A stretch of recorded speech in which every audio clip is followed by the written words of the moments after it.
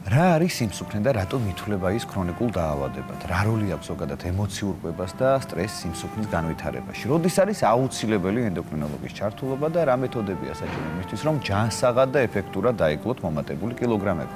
აი ამას უკვე სტუმართან ერთად ენდოკრინოლოგიური კლინიკა 4 და 8-ს ენდოკრინოლოგ ეკატერინე წახაძესთან ერთად ვისაუბრებთ დილა მშვიდობის. მოგესალმებით.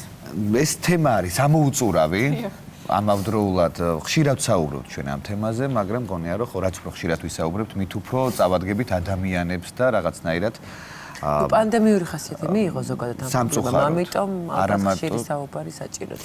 კი ბატონო, თქვენ რო გითხრათ, რა არის ზოგადად სიმსუქნე, რატომ ითვლება ქრონიკულ დაავადებად?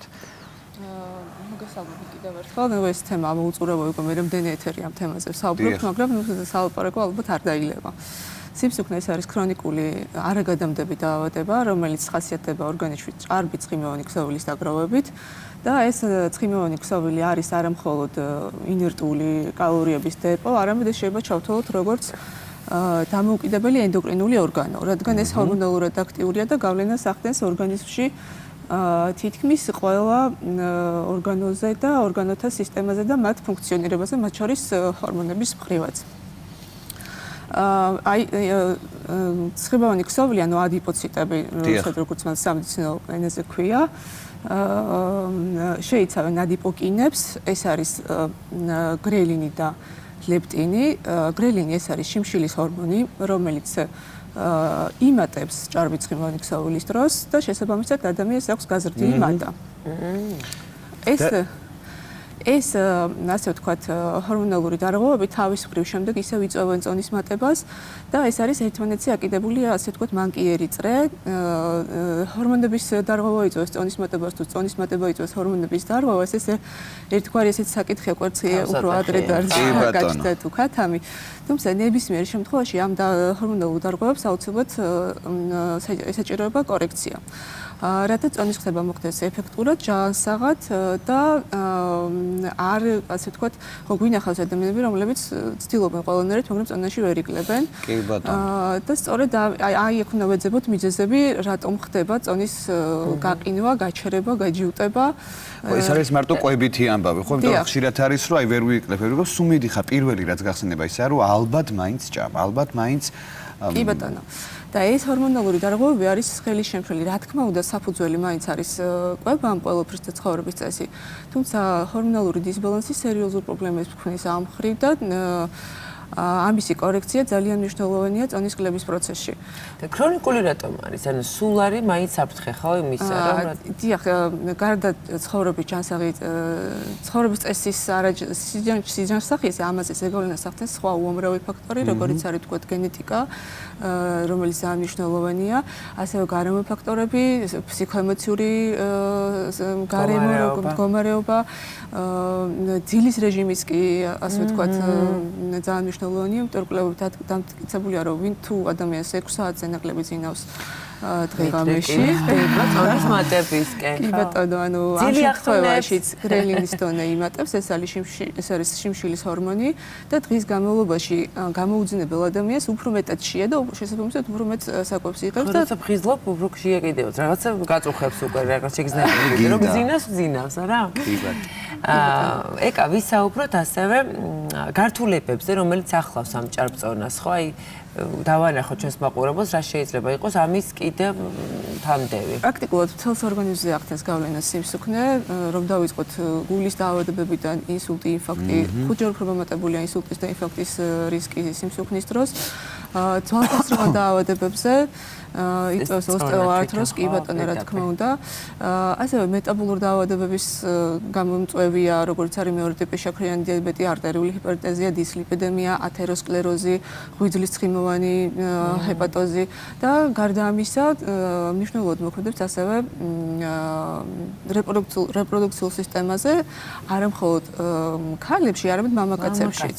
რატომღაც იგივე პრობლემა, რატომღაც ქალთან ასოცირდება თითქოს ჭარბი წონა და სიმსუქნე და მამაკაცებისთვის თითქოს ეს ნორმაა და რატო? არა, არ არის ესე ნამდვილად, იმიტომ რომ მამაკაცებშიც ეს ჭარბი ცხიმოვანი ქსოვილში არსებული არომატაზა იწვევს ტესტოსტერონის ესტროგენად გარდაქმნას.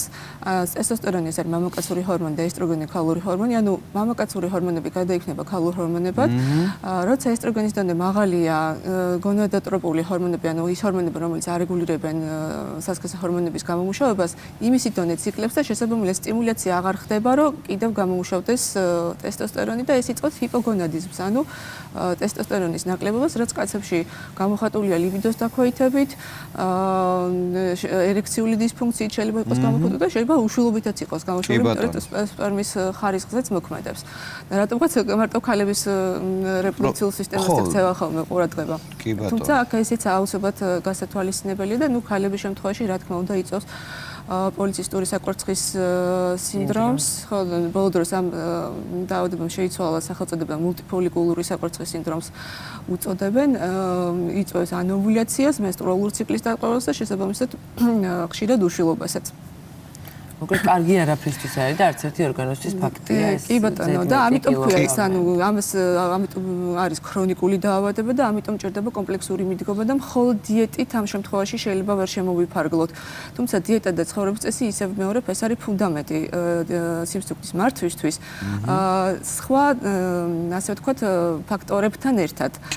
როგორიც არის ეს ჰორმონალური დისბალანსის მოწესრიგება, ძილის და ასე ვთქვათ შრომის რეჟიმის მოწესრიგება და ასევე რაც ძალიან მნიშვნელოვანია სტრესის რეგულაცია, ნაკლები სტრესი, იმიტომ რომ კი ბატონო.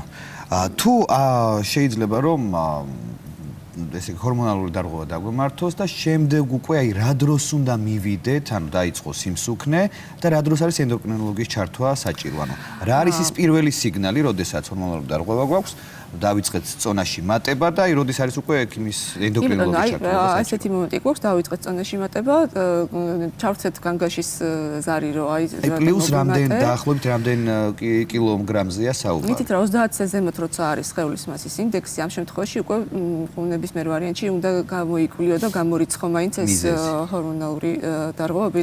ან როცა სწრაფად ხდება, აი თითქოს ვერაფერს ვერ უკავშირებს პაციენტი რატომ იმატებს წონაში, სწრაფად ხდება წონის მატება და მისი დაკლება პრაქტიკულად შეუძლებელია მიუხედავად იმისა, რომ ცდილობს ყველანაირად, მაგრამ არ გამოსდის.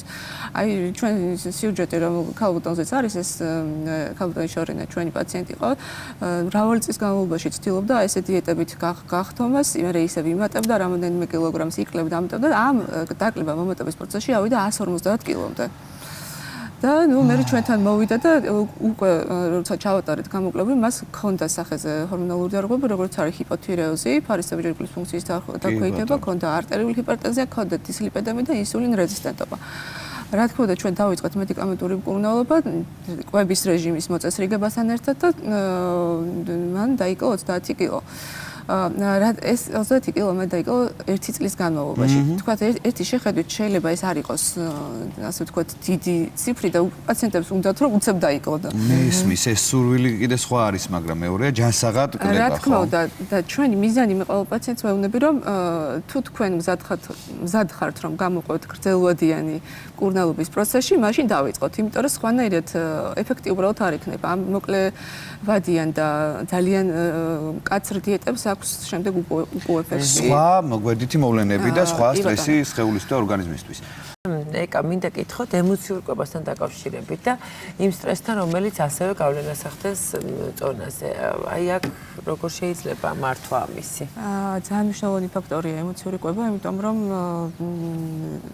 სერიოზულ ანუ სიმსუქნის დაახლოებით 25-30% დაკავშირებულია ემოციურ კვებასთან. აი რას გულისხმობთ ამ ემოციურ კვებაში, რასაც განგვიმარტეთ? ყოველდღიური რუტინული სტრესების გამო მუდმივად მომატებულია კორტიზოლის დონე, რომელიც იწვევს განსაკუთრებით მუცლის არეში ცხიმის დაგროვებას და ინსულინ რეზისტენტ აბდომინალურ სიმსუქნის და ინსულინ რეზისტენტობას.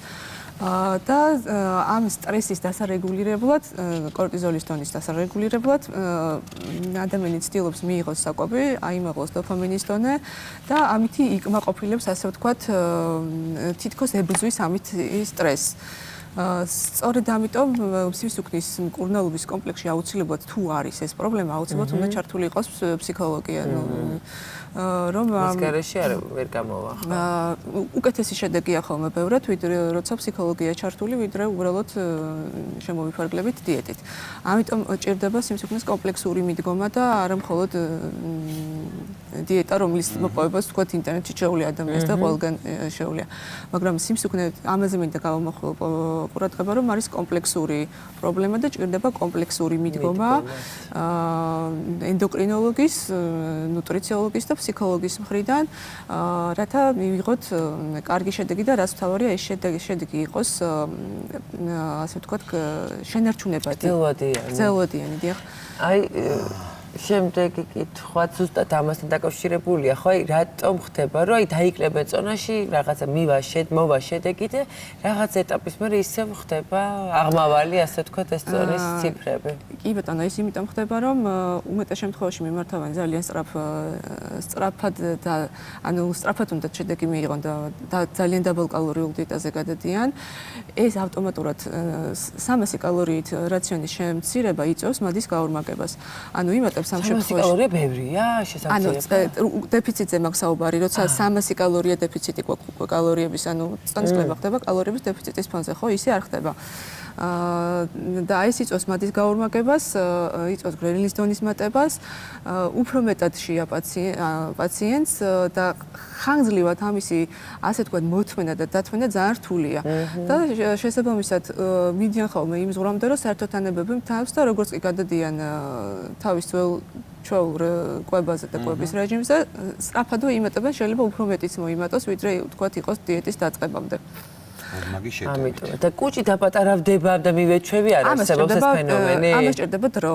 ცოტა კვებით პატარავდება კუჭი. ამიტომ არის მნიშვნელოვანი, რომ ადამიანს გააზრებული ქონდეს ხანგრძლივ პერიოდზე, რომ ეს არ არის ერთი თვე და ორი თვის ამბავი.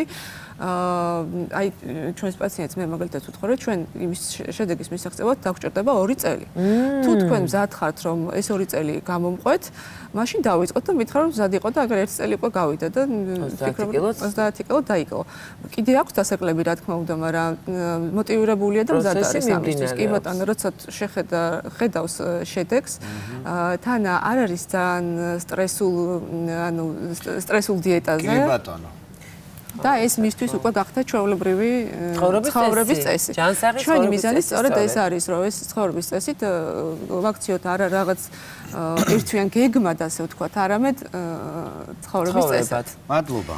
მადლობა ეკატერინეს, ვისაუბრეთ ჭარბწონაზე, სიმსუქნეზე, რომელიც არის დღევანდელი დღისთვის ძალიან დიდი გამოწვევა ბევრი ადამიანისთვის და ამ გზების მოძიებაზე, რითიც შეიძლება დარეგულირდეს ეს ყოველივე. კი ბატონო.